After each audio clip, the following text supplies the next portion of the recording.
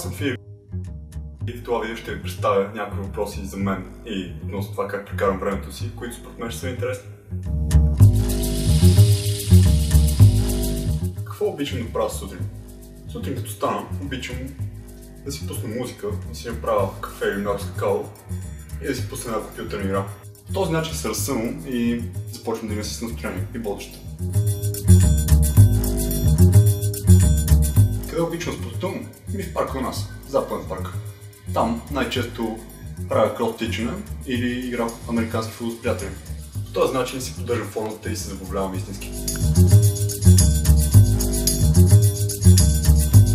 Кои са ми любимите места в София? Обичам местата на открито.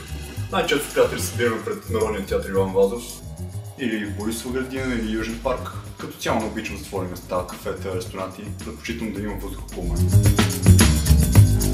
Къде обичам да играя баскетбол? Да се съм училище. То се намира до нас.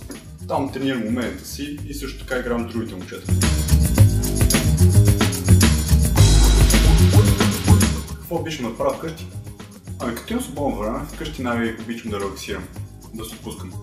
Стоя си в стаята, на дивана или на балкона.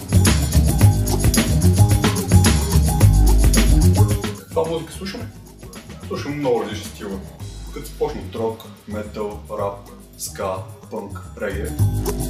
Музиката я слушам, защото ме мотивира, помага ми да релаксирам, помага ми да се почина, зарежда ме за добро настроение.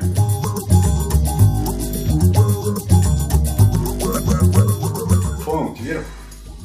Може да ме мотивира всичко. Като започна от баскетболно клипче или хубава песен, до велика мисъл на някой учен, някой филм. Всичко.